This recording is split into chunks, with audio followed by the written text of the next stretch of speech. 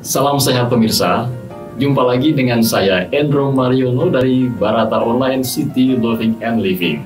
Pada kesempatan kali ini saya akan berbagi info tentang sejarah dunia horologi dan sejarah jam tangan serta bagaimana perkembangan dunia horologi dari awal sampai dengan sekarang ini.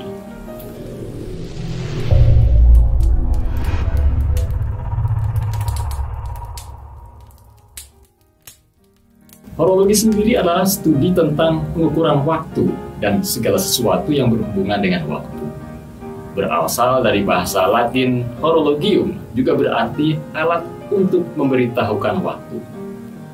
Contoh instrumen yang berhubungan dan digunakan untuk mengukur waktu yang kita kenal adalah jam, arloji, mesin jam, jam matahari, jam pasir, klepsidra, timer, stopwatch, perekam waktu, kronometer, dan jam atom. Pemirsa, sejarah horologi ini ternyata berawal pada milenium ketiga sebelum Masehi atau 3000 tahun sebelum Masehi. Dan satuan waktu yang kita ketahui saat ini dihitung dengan menggunakan sistem yang sudah dikembangkan oleh bangsa Sumeria pada saat itu. Sistem perhitungan ini berbasis pada angka 60 atau dikenal dengan istilah sexagesimal. Lalu mengapa harus angka 60? Kita harus pahami bahwa pada zaman itu tidak ada alat hitung dan juga tidak ada penunjuk jam, jadi mereka hanya bisa menggunakan 10 jari tangan mereka. Tangan kanan mereka dijadikan sebagai penunjuk jam, sementara ibu jari adalah sebagai petunjuk waktunya. Kemudian 4 jari lainnya masing-masing memiliki 3 ruas tulang. Jadi di sini ada 4 jari, yaitu jari telunjuk, jari tengah, jari manis, dan jari kelingking. Maka 4 dikali 3 adalah 12. Tangan kiri adalah penunjuk menitnya. Masing-masing jari dianggap mempunyai angka 12. Ibu jari 12, jari telunjuk 12, jari tengah 12, jari manis 12, dan jari kelingking juga 12. Jadi 12 dikali 5 hasilnya adalah 60. Selain itu, mereka beranggapan bahwa angka 60 ini adalah angka yang sangat bulat yang bisa dibagi oleh 6 angka pertama, yaitu 1, 2, 3, 4, 5, dan 6. Sistem perhitungan 10 jari ini juga kemudian digunakan oleh bangsa Babilonia. Dengan mengikuti sistem sexagesimal bangsa Sumeria dan Babilonia, para astronom Yunani kemudian melakukan penyederhanaan dengan membagi waktu bumi menjadi 24 jam. Mereka selanjutnya membagi 1 jam menjadi 60 menit dan setiap menit menjadi 60 detik. Perkembangan penunjuk waktu berikutnya adalah shadow clock atau jam bayangan yang ditemukan oleh bangsa Mesir kuno pada era 1300 sebelum Masehi dengan menggunakan bayangan pantulan cahaya matahari sebagai penunjuk waktunya. Ini adalah jam pertama yang bentuknya sudah menggunakan dial dan ini dinamakan gnomon atau sundial atau dial matahari. Bayangan yang dihasilkan dari tiang pointer berbentuk segitiga inilah yang menunjukkan waktu. Berikutnya adalah water clock atau jam air atau disebut juga klepsidra, yaitu penunjuk waktu yang ditunjuk oleh aliran air dari sebuah bejana atau wadah. Jumlah airnya sudah diukur sedemikian rupa sehingga bisa dijadikan sebagai patokan waktu. Water clock ini juga ditemukan oleh bangsa Mesir kuno yang kemudian dikembangkan dengan menggunakan pendulum dan sudah tidak lagi menggunakan air, melainkan menggunakan merkuri, unsur yang tidak mudah membeku seperti air. Berikutnya adalah candle clock atau jam lilin.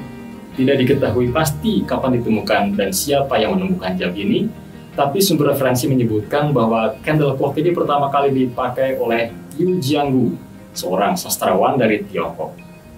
Device-nya terdiri dari 6 lilin dengan ketinggian masing-masing 12 inci. Tiap lilin akan terbakar habis dalam waktu 4 jam, maka setiap incinya dihitung sebagai 20 menit. Nah, berikutnya adalah jam pasir. Ini juga tidak jelas kapan ditemukan dan di mana. Namun ada yang meyakini bahwa jam pasir ini juga ditemukan oleh bangsa Mesir kuno pada abad ke-14. Perkembangan dunia horologi kemudian berkembang ke arah mechanical clock atau jam mekanis. Pertama kali ditemukan pada sekitar tahun 1300-an oleh seorang yang dikenal sebagai Pope Sylvester II. Dialah yang pertama kali membuat jam mekanik untuk gereja. Pada era inilah mulai muncul istilah horologi dalam menyebutkan jam dengan penggerak mekanis.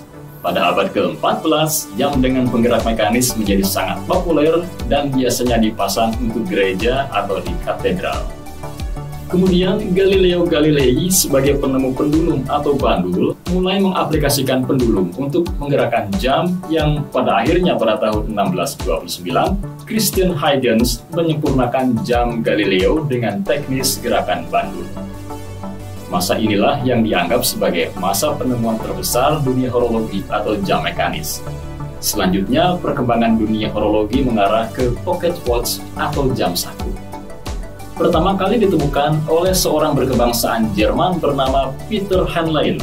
Awalnya, pocket watch ini tidak ada jarum menitnya. Dan akurasi jam ini juga sangat buruk, dengan penyimpangan atau kesalahan sampai dengan 30 menit per hari. Kemudian ditemukanlah teknologi balance spring yang membuat akurasi menjadi jauh lebih akurat, yakni sampai dengan 5 menit per harinya. Pada zaman inilah, pocket watch diproduksi secara massal dan dianggap sebagai revolusi terbesar dalam dunia horologi. Kemudian, di saat itu mulailah bermunculan merek-merek watchmaker yang terkenal.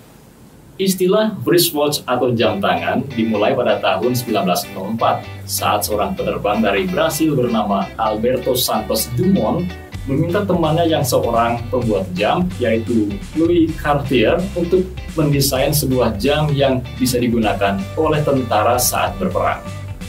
Santos tidak mau pocket watch dan dia mau jam yang lebih praktis untuk digunakan di lapangan. Di zaman inilah dimulai pembuatan jam tangan atau wristwatch. Pada abad ke-20, sekitar tahun 1905, Hans Wilsdorf, seorang pengusaha Jerman, hijrah ke London dan memulai membuat jam tangan mekanis dengan harga terjangkau. Wilsdorf pula lah yang kemudian menciptakan merek Rolex dan Tudor. Di era ini juga mulai bermunculan merek-merek yang kita kenal sekarang ini seperti Breguet dan Cartier. Era keemasan jam tangan mekanis pun dimulai. Teknik pembuatan jam ini dengan cepat menyebar ke negara-negara Eropa seperti Jerman, Inggris, dan Swiss, bahkan juga di Amerika dan Asia.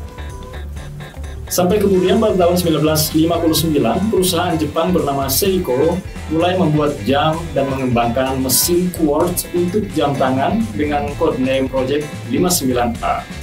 Kemudian pada tahun 1964, pada saat Olimpiade di Jepang, disinilah pertama kali prototipe jam tangan quartz merek Seiko diperkenalkan.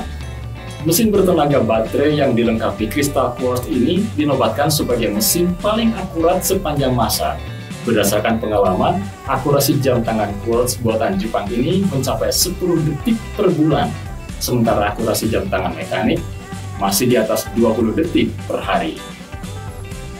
Pada masa inilah, jam tangan mekanik atau mechanical watch mulai ditinggalkan karena kalah pamor oleh jam tangan quartz atau kuarsa yang terbukti lebih akurat dengan harga yang lebih terjangkau. Di Eropa, ini adalah quartz crisis yang berdampak buruk pada para pembuat jam tangan tradisional karena kalah bersaing dengan jam quartz yang lebih akurat dan jauh lebih murah. Singkat cerita, sampailah kita di era smartwatch yang sekarang ini banyak dijumpai di mana-mana. Diawali oleh Linux Watch sampai dengan yang sudah kita kenal saat ini seperti Apple, Samsung, dan bahkan Xiaomi. Oke pemirsa, itu saja sekelumit cerita tentang dunia horologi dan perkembangan penunjuk waktu dari masa ke masa sampai dengan sekarang ini. Bila menurut Anda informasi ini bermanfaat, silakan share di media sosial Anda. Jangan lupa untuk like dan subscribe channel Barata Online City Loving and Living. Sampai jumpa di video saya selanjutnya. Saya Endro dan jangan pernah melupakan sejarah.